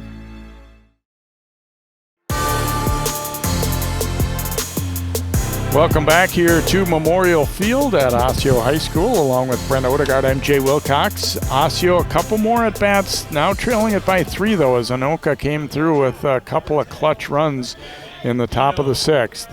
Gavin Fino will lead it off, the Osseo catcher and number 4 hitter in their lineup. So this would be a time to get something going if you're the Orioles. You got the 4, 5, 6 spots. And Nedlin has got a little bit of a cushion now. He's got to be really accurate early in this inning to keep his fielders in check and ready to defend. Tapper to the left side, charged, and nice throw on the run. That's a good play. Boy, if you don't get a decent break on that one, it becomes very tough to get an out, but Coonan did a good job throwing on the run. 1 gone in the 6th. Great wrong foot throw. Charging in from third base on that.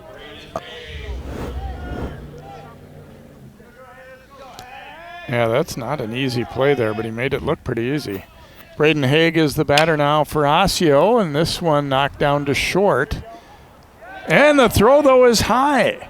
Just when it looked like they were going to get 2 quick outs, we get a throwing error there committed by the shortstop, as Nedved did a really nice job breaking on that ball and taking the hop where he wanted it, but then just airmailed his throw. Yeah, we haven't seen much of that today. The throws have been pretty accurate. If not in the air, they're around the base. That one was not either.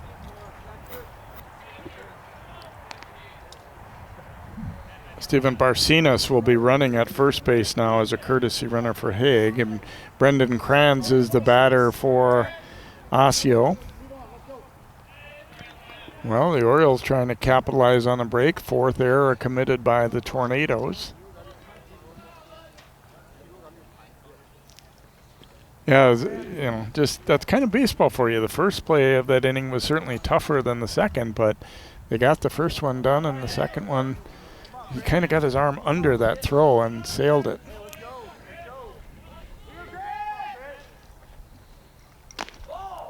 Kranz 0 for 2, both times bouncing to the shortstop, so probably Nedved would be looking for this one to come his way again. Like to make a mistake, you usually want the ball back right away. This time instead, going to go the other way with it. And that throw is low and not dug out. Well, they tried to get the runner at first, which is I like the aggressiveness of the play, but I don't think the first baseman was ready for it. Yeah, you're right. And I guess we'll call that one a base hit. It did get low, but it was, you don't really count on getting an out from the right fielder there. No. Had that ball gotten away from the first baseman, that would have been an error. Chavez is the batter.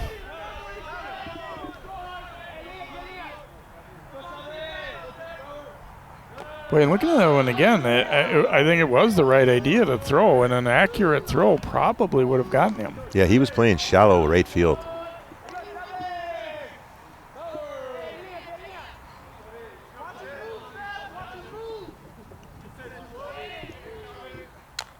And Chavez fouls this one back. He reached on an error his first time up and then grounded to second.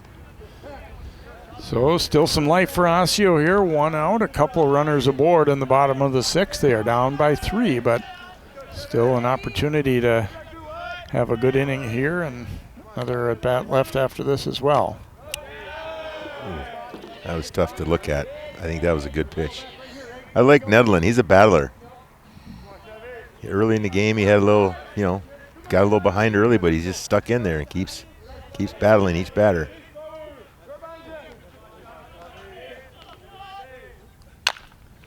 Lifted out to right field and drifting back. Catch made there. Lead runner does tag, and now the ball rolling around a little bit. Well, they got lucky that another runner didn't advance there. So first and third and 2 outs. A well-hit ball. That one just kept carrying. At first I thought it was going to be a relatively routine play, but Duchesne had to keep going back. Yeah, I think Duchesne was playing a little shallow again, but was able to recover. Standall will be the hitter here. Again, runners at the corners. Pitches are getting a little higher, I think we're seeing some fatigue on these pitchers and their legs late in the game.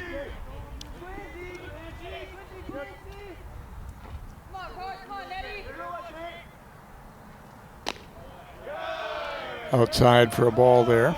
Down by 3. I doubt Osseo will be making any gambles here. And also, when we saw the good pickoff move that Nedlund had too, you don't want to get too aggressive over there at first if you're Crans. There's that move. They are going to go that way. I wouldn't mind seeing a hit and run.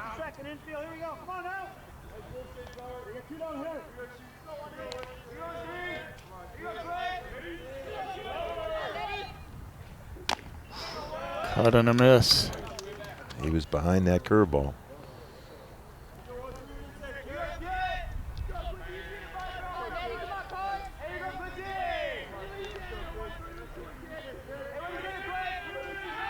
Come to first again. You can really hear that Oriole bench helping the runner out.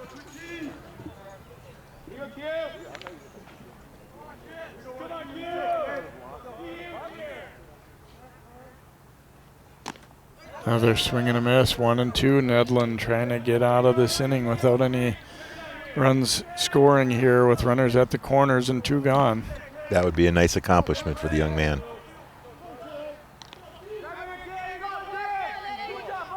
Runner is going from first, fouled away. He is focused on the batter, as he should be. Forget about that runner.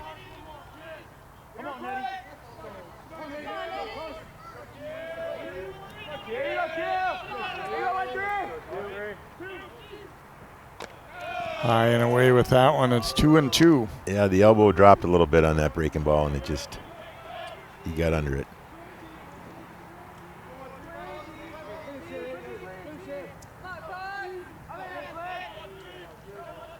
Again, runner going from first. They're not going to make a play on him.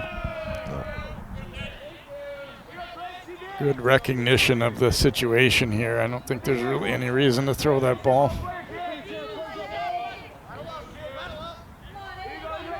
3-2 pitch. And it's high and away, and he walks him.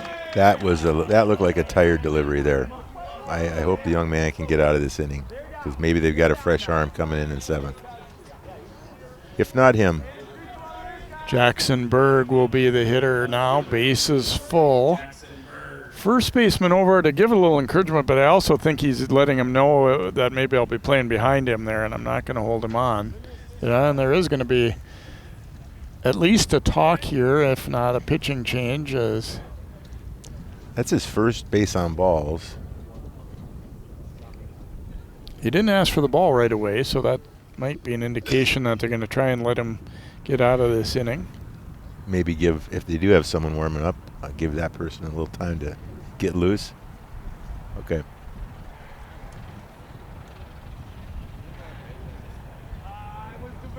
And looks like they are indeed going to stick with Nedlund. I think he deserves that in this situation. Certainly at least another batter to get out of the inning. And it is a left-hand hitter too, if that matters to them. And to, having lefty on lefty here, It's Jackson Berg.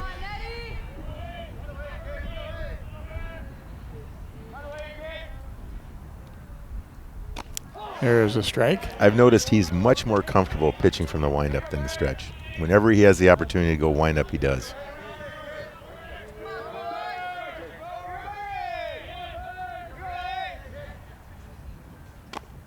Strike 2. So ahead now 0-2. Berg got hit by a pitch his first time up. So okay. That, obviously you come up wanting to get a base hit, but you would take that again if it had presented itself. And instead it's a called third strike, and Berg down on 3 pitches. And Osseo threatens but can't score in the 6th. No runs, 1 hit, 1 error, and they leave 3. We go to inning number 7. It is 5-2 Tornadoes here on CCX Sports.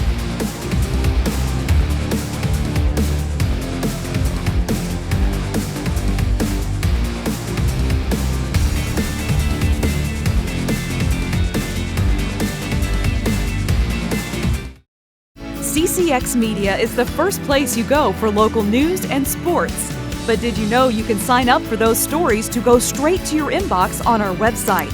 Simply go to ccxmedia.org.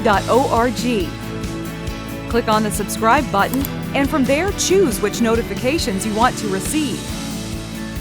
Then we'll send your favorite CCX Media news, sports, and city events straight to your inbox. Sign up now at ccxmedia.org. CCX Media, your source for great local programming, is available on Amazon Fire TV, Apple TV, and Roku. Our free app allows you to stream all 3 of our channels live. You also have access to a large on-demand library, including full sporting events and daily newscasts. To find us, go to the store, search CCX, and download our free app. Then sit back and enjoy all of your favorite local content. The CCX Media app, available on Amazon Fire TV, Apple TV, and Roku.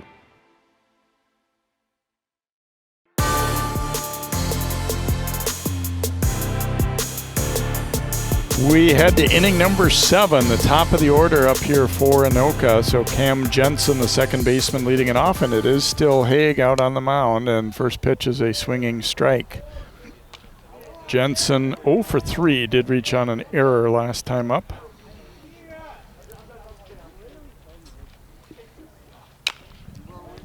Fouling this one back. Well, Haig looks locked in this inning. He's not wasting any time getting ahead of the batter.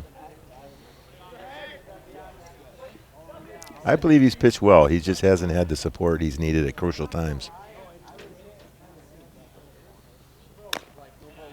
That one missing away.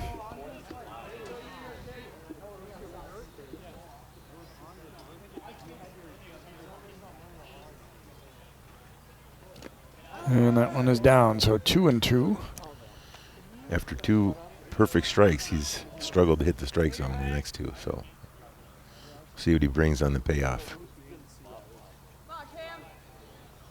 And a rip and a miss. Ball is to the dirt, so they'll have to throw to first, but get the out. Strikeout for Haig. 2-3 on the putout then, and Hunter Bruner will be the batter here for the Tornadoes. He has been big today, 3 for 3. Have a day. Yeah, that's a great start. Nice block by Fino there, too. He just got that chest protector down on that one and get the throw out at first. Bruner lifting one to short center field. This one's going to hang up, though, and be caught, so they get him for the first time today on a fly out to center, and Logan Jager will hit for the Tornadoes. 2 quick outs. Yeah, when your team's got one more chance offensively, this is exactly what you want to see to give them kind of some momentum running into that bottom of the 7th. Absolutely. Interesting to see for Anoka if Nedlund will still be out there or if they got somebody they want to bring in. I'd let him start the inning just because of how strongly he finished it.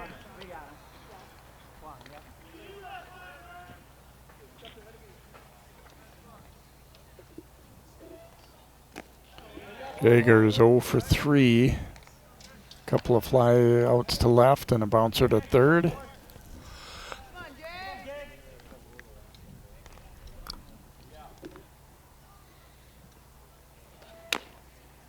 That one is on the inside corner for a strike. 2-1.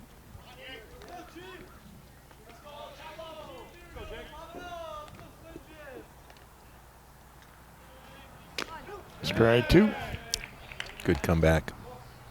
He's got good command of that curveball. He can throw it for a strike in any count.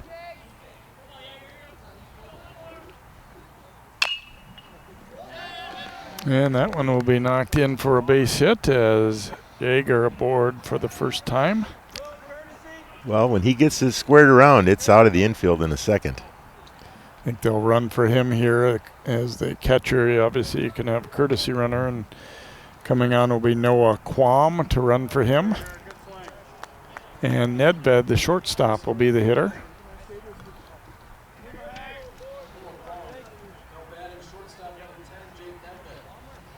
Nedved's been aboard twice, both times via errors, though.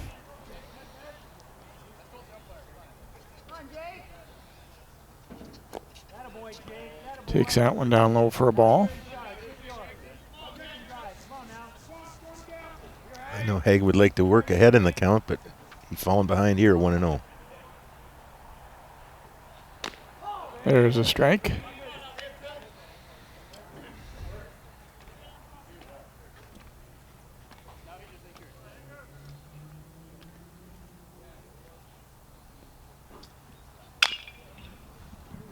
And that one will find its way through the left side for a base hit as Nedved comes through with a single.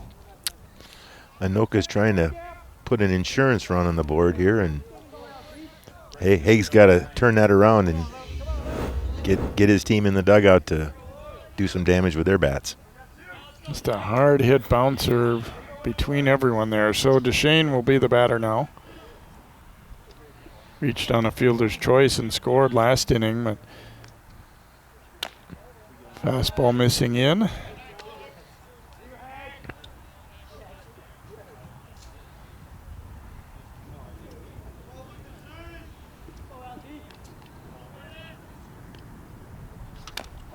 That one is a strike, and DeShane didn't think so, but 1-1. You know, his legs have got to be feeling the tiredness this early in the season. There's strike two.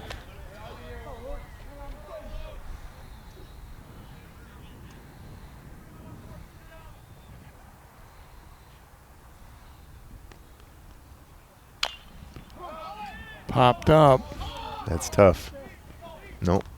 And will be caught on the edge of the grass for out number 3. So the Tornadoes threaten but don't score in the 7th. No runs, 2 hits, and 2 left aboard. We go to the bottom of 7. Anoka trying to hold on to a 5-2 lead here over Osseo.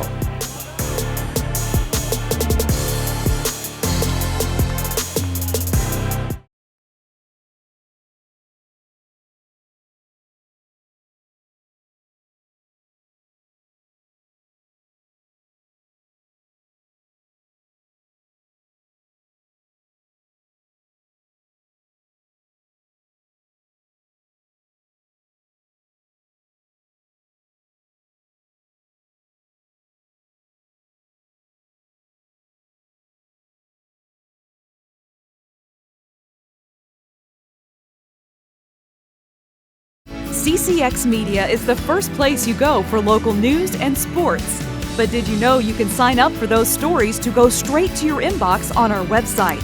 Simply go to ccxmedia.org. Click on the subscribe button, and from there choose which notifications you want to receive.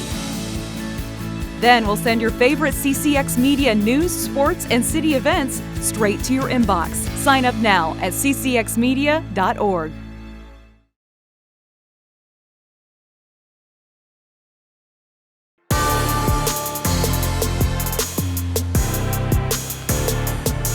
Welcome back as Anoka will go to the bullpen for the bottom of the 7th as Luke Folstrom, who had been in the game as the DH, now coming on to pitch. Luke, a 1-0 record in 6 innings, allowing 5 hits, 1 run, so 1.17 ERA with 3 walks and 3 strikeouts. So we'll see if he can put the finishing touches on this one. It's always interesting because I feel like in high school, you're not always as used to being quote unquote a closer or whatever, so it isn't always as sure of a thing that people are going to be ready for this kind of a situation, but they feel pretty good about him and got a pretty good outing out of Nedland, I thought, going 6 innings and allowing 5 hits, 1 walk, 3 strikeouts. He wasn't like overpowering, but he did a good job of just battling through some errors too. Yeah, he did. And this is a nice contrast to Nedland, a right-hander coming up after the left-hander. And pretty big guy out there as well. Big frame. Yep. Isaac Johnson, the hitter, he is 2 for 3 and also reached on an error, so been aboard every time up. Although last time got picked off. Well, the first pitch didn't show any nerves at all. It was fastball down the middle. Breaking ball fouled away, and if you're Fulstrom too, nice to have those extra 2 runs instead of being a 1-run lead, being a 5-2 lead. It certainly helps. You don't maybe feel like every little mistake could be the last. Rip and a miss, and Johnson down on strike. So a good start for Fulstrom. Yeah, really looks like he's got some zip on that fastball. Very little motion, I mean, his motion is very tight and concise. Not a lot of wasted movement at all. Tyler William, the hitter now, 1 for 3. There's a strike. Well, 4 pitches, 4 strikes for the young man.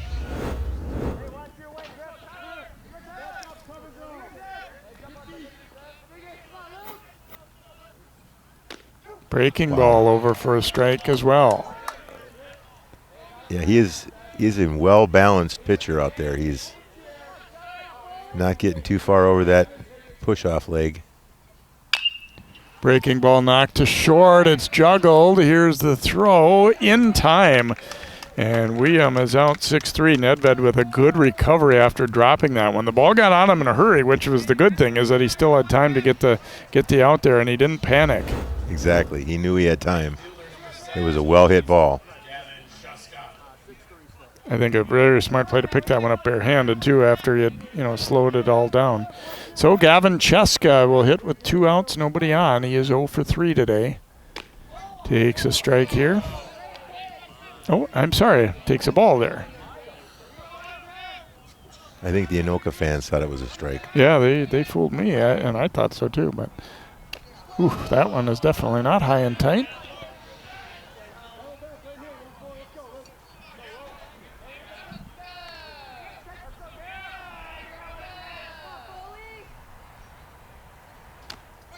That one is over, 2-1. He seems kind of automatic. Fulstrom does. Yeah, and he's able to really repeat his delivery too. I mean, it isn't all over the place where you're seeing him look different on each pitch. Right. Oof, this one is stung out to left center, and a diving catch.